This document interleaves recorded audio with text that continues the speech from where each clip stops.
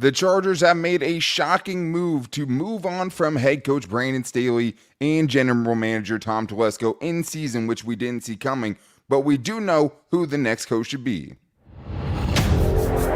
You are Locked On Chargers, your daily podcast on the Los Angeles Chargers, part of the Locked On Podcast Network, your team every day.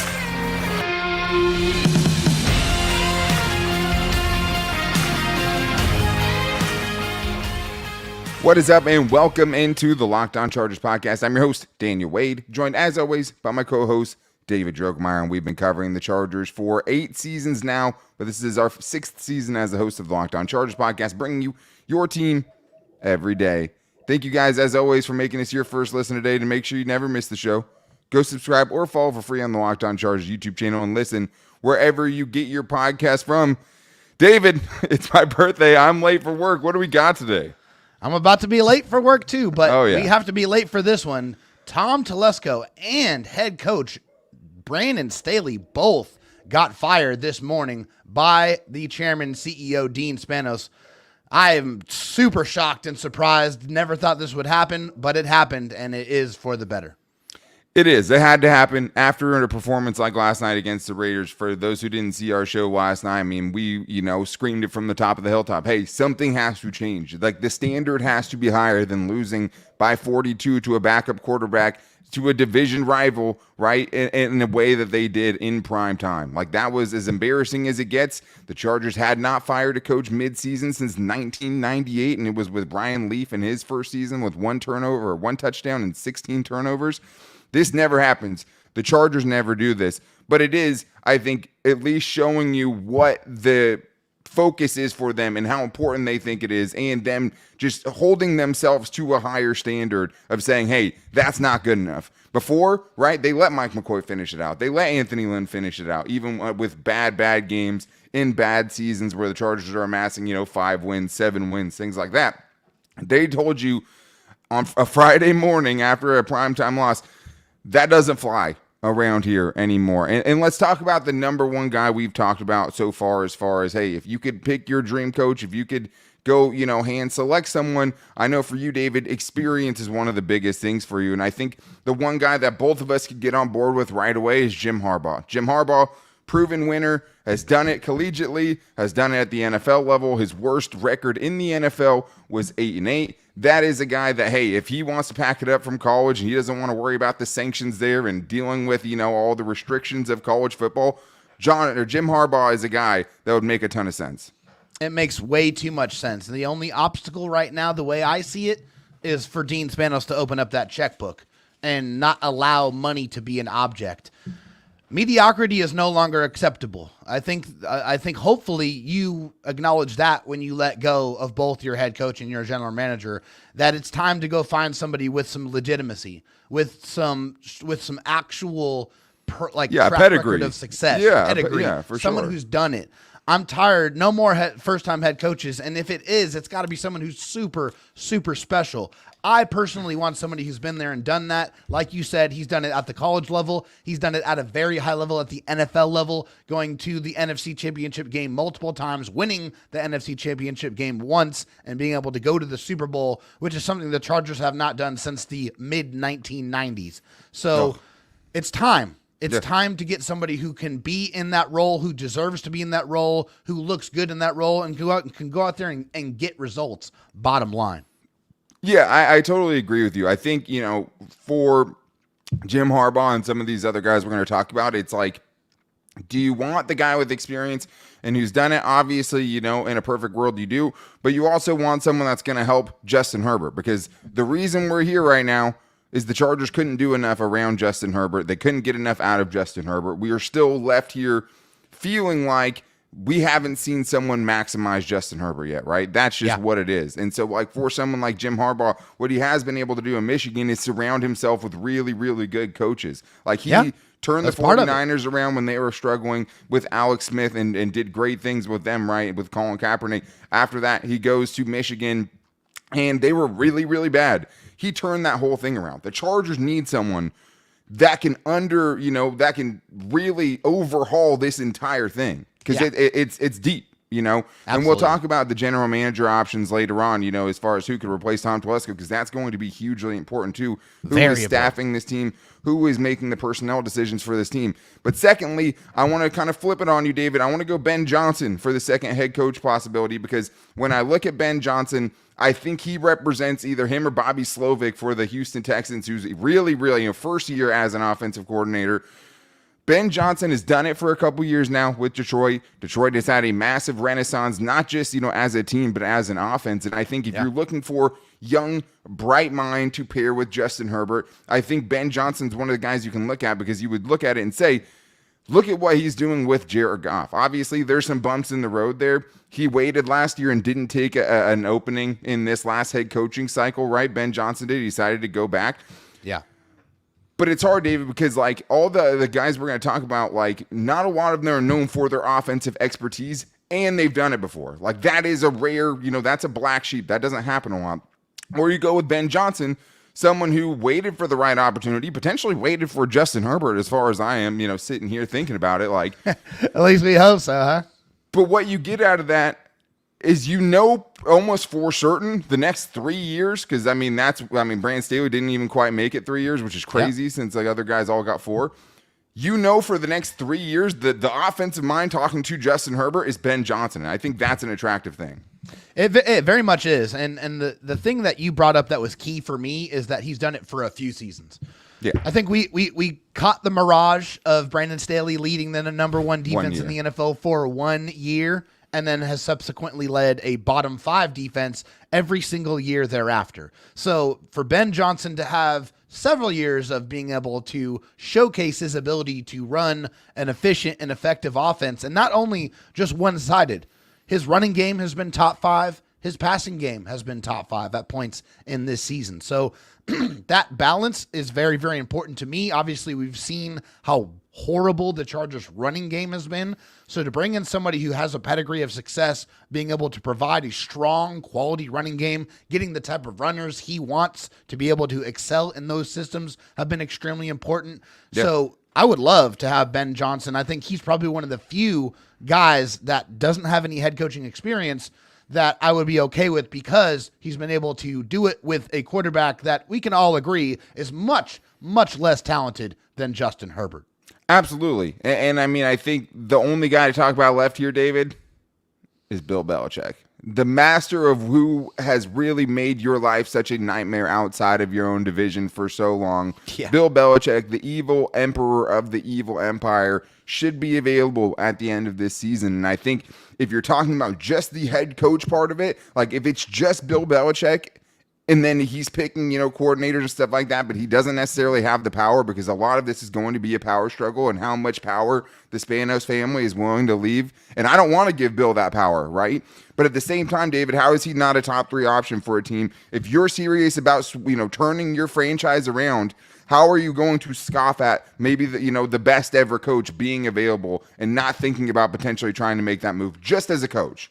Bottom line is the object of this game is to win, and to win championships. And guess what? There's nobody else in the history of football that has had more success winning championships than Bill Belichick.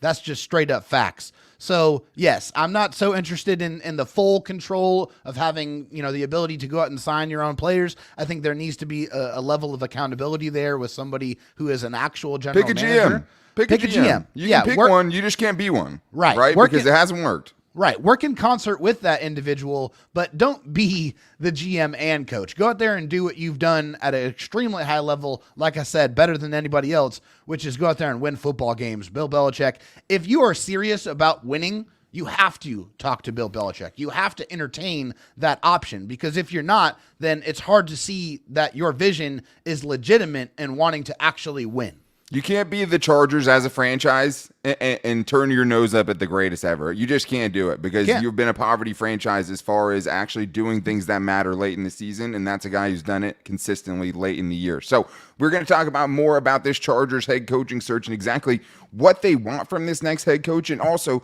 where Brandon Staley went wrong as the Chargers head coach, where he didn't come through, that the Chargers around Justin Herbert and finding this next most important piece in this franchise's history, what we're looking for from that person. We're going to get into that coming up right after this.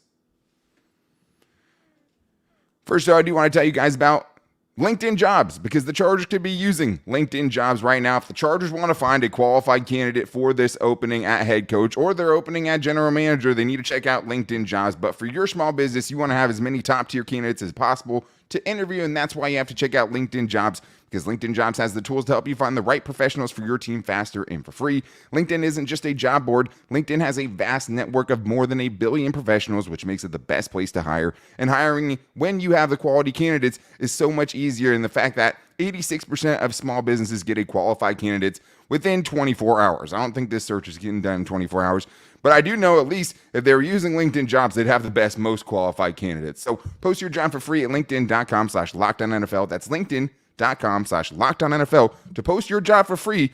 Chargers, terms and conditions apply.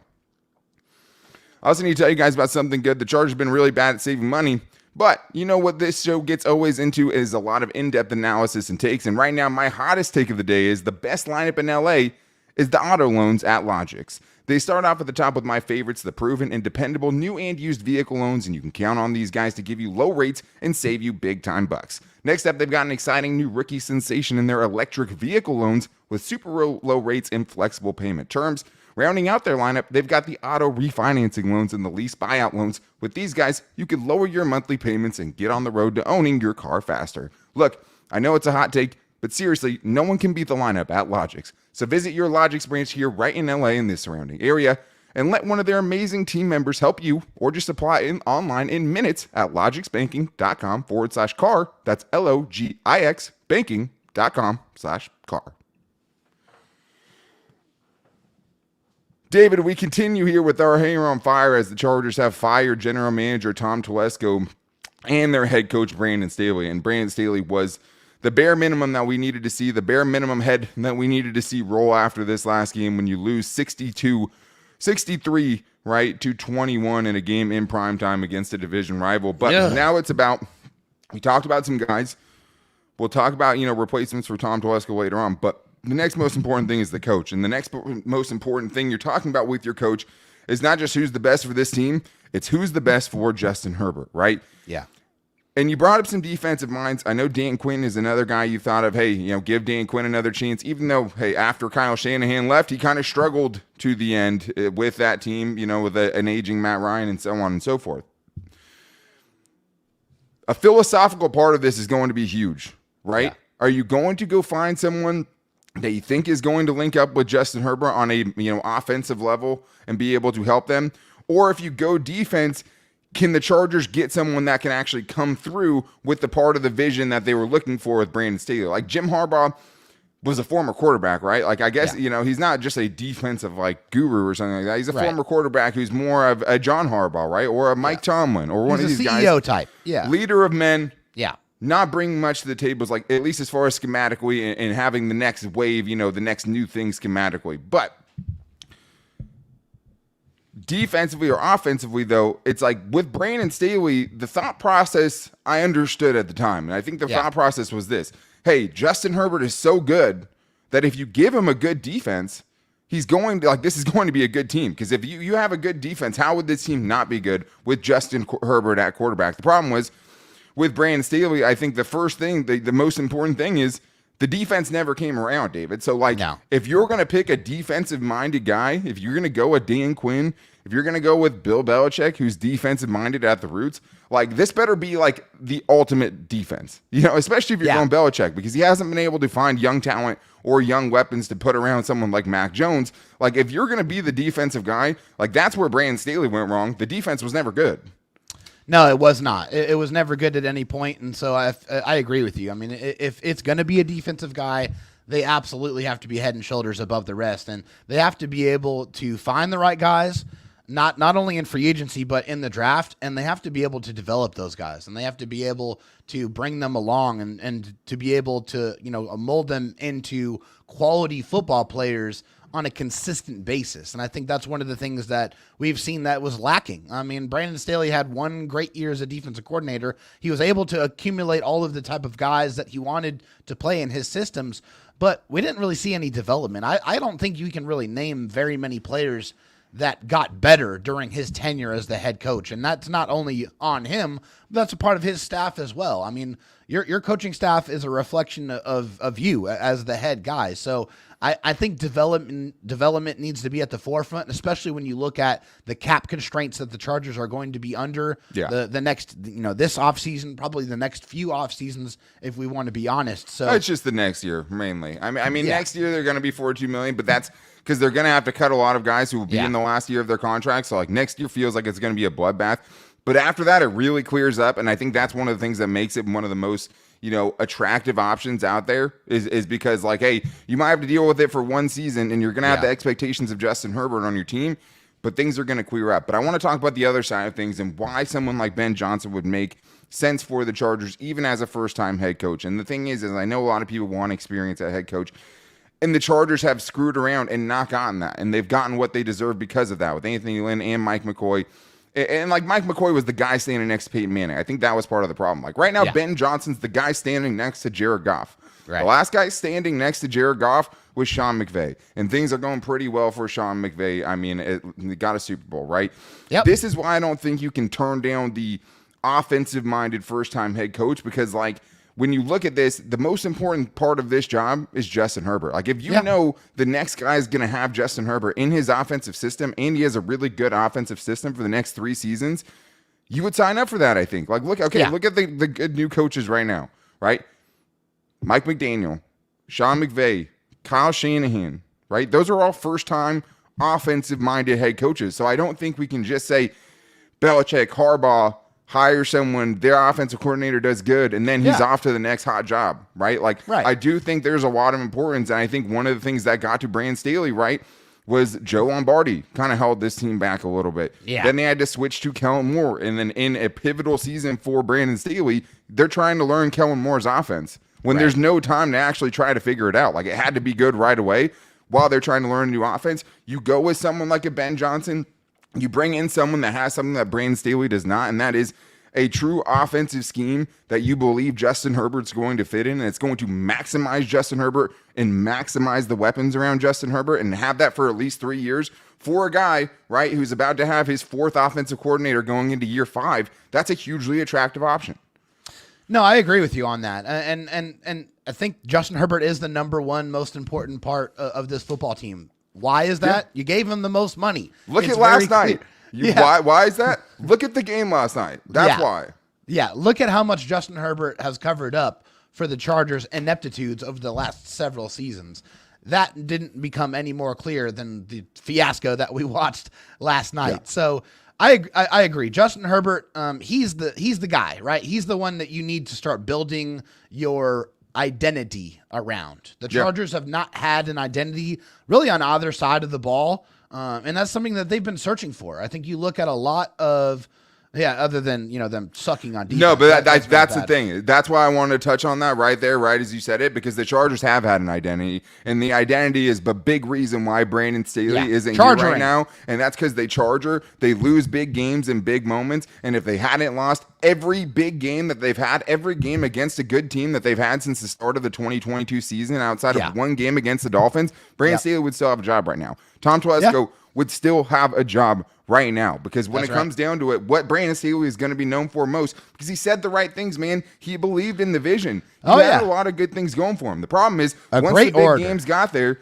they charged it all over themselves. And they charged it again, and what he'll be known for is not being able to win big games. But the next guy that they bring in has to be able to do it, and I think the Chargers have their pick, right? Like, they have everything that a brand new coach would want, and we're going to talk about why this is still probably the most attractive job in the NFL coming up right after this. First, though, I do need to tell you guys that this episode is brought to you by BetterHelp. The holidays can be great, but they can also bring up a wide range of emotions, especially if you're a Chargers fan. Things can be really, really tough this time of year. For whatever reason, the holiday always brings me some kind of blues. Maybe it's because the Chargers are usually finding their way out of the playoffs this time of year or finding a way to mess it up. But one of the great things about BetterHelp, especially during the holiday season, is not only can they help you unburden things, get things off your chest so you can actually lighten your load and not be as hard as you're on yourself during the holiday season, but they can also give you the tools to help you when you do have to go to that Christmas dinner, when you do have to see some family you haven't seen in a long time. They can give you the tools that, hey, you might not be in an actual therapy session right now, but you've talked it out. You have the tools to help you in those scenarios. So if you're thinking of starting therapy, give BetterHelp a try. In the season of giving, give yourself what you need with BetterHelp. Visit BetterHelp.com/LockedOn today to get 10% off your first month. That's BetterHelp, HELP.com/LockedOn.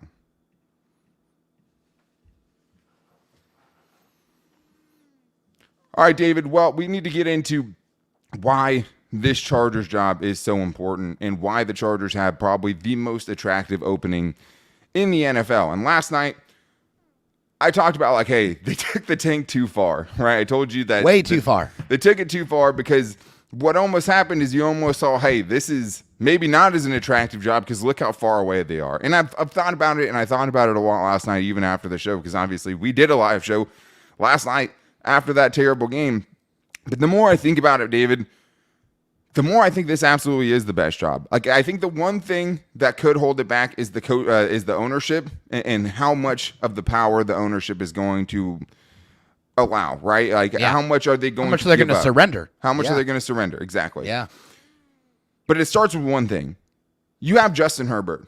There's not another opening during this cycle or any cycle, because teams that have guys like Justin Herbert are never as bad as the Chargers are right now. That's exactly what I was about to say. They have Justin Herbert, and that automatically puts them up there. That's reason number one. No other coach is going to be able to step into a situation where they have a quarterback as good as Justin Herbert, period. Period. That's it. I mean, that's exactly it right there. Justin Herbert is a top 5 quarterback. And that's, for me, that's kind of undisputable. I don't care what the stats look like this year.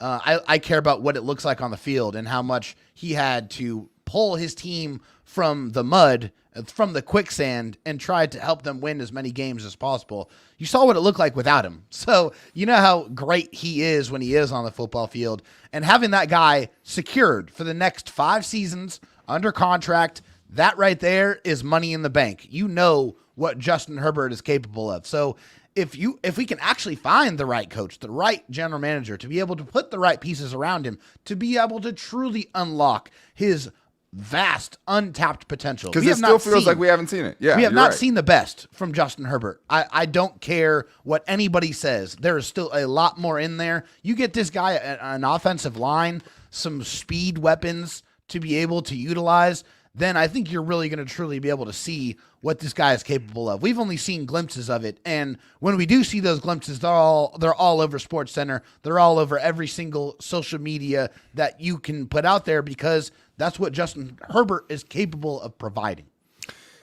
And one of the biggest, most underrated things of the offseason after the 2022 season, right? Or the offseason after the 2021 season, right? The Dolphins go out and hire Mike McDaniel. Yeah.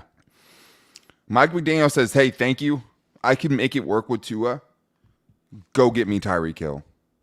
Go get me Tyreek Hill, right? The Eagles, same thing. They bring in Nick Sirianni. They bring in a young, first-time, offensive-minded coach. Go get me A.J. Brown, right? If the Chargers are serious, these are the kind of moves they would be looking into, right? Find a disgruntled star. Bring in Justin Herbert, an already fully developed weapon. Maybe you bring in, you go for one of these, young up-and-coming tight ends, right? I mean, there are some guys out there that would make a lot of sense. But that's the other thing about this. The Chargers not only have the top 10 quarterback, right? Top 5 quarterback, let's say that. They also have the rare situation where you have the top 5 quarterback and you have a top 5 pick coming. The Chargers are the 5th overall pick right now. Right now. The Chargers have the 5th overall pick in the 2024 NFL draft. How can you not think they're going to lose out? They just lost 63-21 to the Raiders. They very likely, we played out the scenarios for you this week, and go back to the show we were talking about tanking, right? And they took it too far, but we talked about what it would take for them to get in a top 5 pick. Like, that looks as probable as ever after this last game for the Chargers. The other teams are going to be jockeying, right? And it's going to have a lot to do with strength of schedule. And we could see some of those teams that are currently ahead of them lose out in that, Either way, you have a top 5 quarterback and a top 5 pick. Like, the Bears have potentially 2 top 5 picks, right? Yeah. That's Which great they and all. desperately need. But the Chargers already have the quarterback figured out. Justin Fields, you tell me. You tell me if Justin Fields is the long-term answer. Hey, you could flip Justin Fields and take I don't even think they know. You could take a Caleb Williams, right? You might be able to even take a Caleb Williams and a Malik Neighbors in the top 5 and have a really good foundation there. But you don't know. Caleb Williams is a crapshoot. Drake May is a crapshoot. Absolutely. Right? Like at quarterback, look at the number 1 overall picks. You're talking about Baker Mayfield. You're talking about Kyler Murray, right? You're talking about guys that don't necessarily always work out. Johnny Manziel. Yeah, I mean, he wasn't at first. I'm talking about number 1 overall picks. Yeah. Like, even if you have the number 1 overall pick, it's not a sure thing. And that's why Justin Herbert is so important. There are 3 teams in the NFL that wouldn't trade, that wouldn't trade for Justin Herbert. Maybe. Right. Maybe. Chiefs, Bengals. Maybe. Chiefs, Bengals, maybe the Bills. Yeah. Maybe the Bills. Yeah. That's it. That's the list. I mean, hey, the Houston Texans, CJ Stroud, he looks awesome too. Yeah. It doesn't matter though. The Chargers have it. And now you get to have a top 5 pick and a really good draft positioning through this entire draft for a team that's 1 year out from making the playoffs. With the opportunity, hey, if you want to keep Khalil Mack, you can keep Khalil Mack. If you want to keep Bosa and go that direction, you can do that. If you want to, If you want to keep Mike Williams, we'll figure it out. If you want to keep Keenan Allen, we can do that, and you can have an all-pro level. I mean, look at Pro the Bowl Saints, level man. receiver. The Saints have done the cap gymnastics year after year after year, so Except it's for the possible. Saints didn't have a GM that was kamikazing his way out of the organization by saying, hey, we're going all in this year. Screw 2024. I'll never see Scorched earth, 2024. figure it out. Yeah. Which he didn't, right? But that's what's so important is this team also has a top 5 pick to go along with a top 5 quarterback potentially that doesn't get better than that. And I think hopefully you're hoping that makes up for some of the, hey, I have to work for the Spanos family potentially. Well, it's not even just the top 5 pick, but it's the early pick in every single round too. Yeah. So, and when we've talked about that before, but because there isn't just one issue that the Chargers need to fix on this football team. There are many issues, and they need as many high draft picks in as many rounds as they possibly can get, because there's a lot of deficiencies that they need to cover up. They need to go get a corner. They need to get a center. They need to go get probably another safety. We're trying to tell people why this is attractive, running David. back. Yeah, no, yeah, I but get it. It's attractive because they have the quarterback and they have the high draft pick. And right now, I mean, I don't see how you can expect anyone to think that the Chargers are going to win any of their last 3 football games. So that top 5 pick could turn into a 3, 4, maybe. It would be really hard. I mean, it would be really hard. But I mean, they're in a very, very good position to be able to give a head coach their pick of whoever they want early on in each round of the draft. And this is the last thing, and this is what I leave you on here. All of those things are great. There are a ton of reasons that the Chargers should be the most attractive job in the NFL now that Brandon Staley is gone, now that Tom Telesco is gone. You're a head coach that pretty much probably gets to pick your GM. You get to pick your guy. You get to pick your offensive mind. You get to pick your GM. The problem is how much of the power are the Spanos family going to surrender? If the Spanos family is serious about changing the narrative, changing the chargering, and actually turning this thing around to get to a consistent level where they're consistently good year in and year out, they can spare no expense. Tell this next coach, whoever you want on your coaching staff, blank check. We're going to go get him. Blank check. You want power? We're going to step aside. We're not going to meddle. Put your money where your mouth is. This is your team. Please turn it around for us.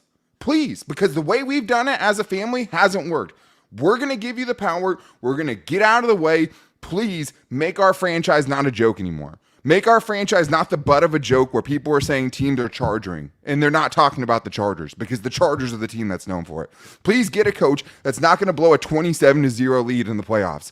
Get a serious coach and don't let money be an object. Go out there, get the guy, give him the power, let him bring in who he wants to bring in. If it's Jim Harbaugh, let him build it. Let him bring in whoever he wants. Get it right this time, because if you don't, you're going to be known as the team that not only Chargers, but the team that's wasted the careers of 2 back-to-back Pro Bowl quarterbacks with Justin Herbert and Phillip Rivers, and that's what we're trying to avoid. But I got to go to work. So do I. So this is going to wrap things up for today's show. Thank you for everyone checking out the Emergency Podcast. And make sure you never miss shows like this because we're crazy enough to really just jump out here and do it. Make sure to follow the Locked On Chargers on YouTube. Follow and subscribe for free, and you can listen wherever you get your podcast from. You can also find the show every day on our social media. Hit us up on Twitter at LockedOnLAC. Find us on Instagram at Locked On Chargers and our Locked On Chargers Facebook page. We're a little unhinged. I'm a little tired. It's my birthday. Things are crazy. Thank you guys so much for checking out today's show. We'll be back next week with, so much to talk about. More coaching options, general manager options, what has to come next for the fallout of this team, because this is the most important offseason in franchise history. The Chargers are cleaning house. Tom Telesco doesn't get to pick a fourth head coach, and now we ride. And so we'll be back with you guys on Monday. Until then, take it easy and go Bolts.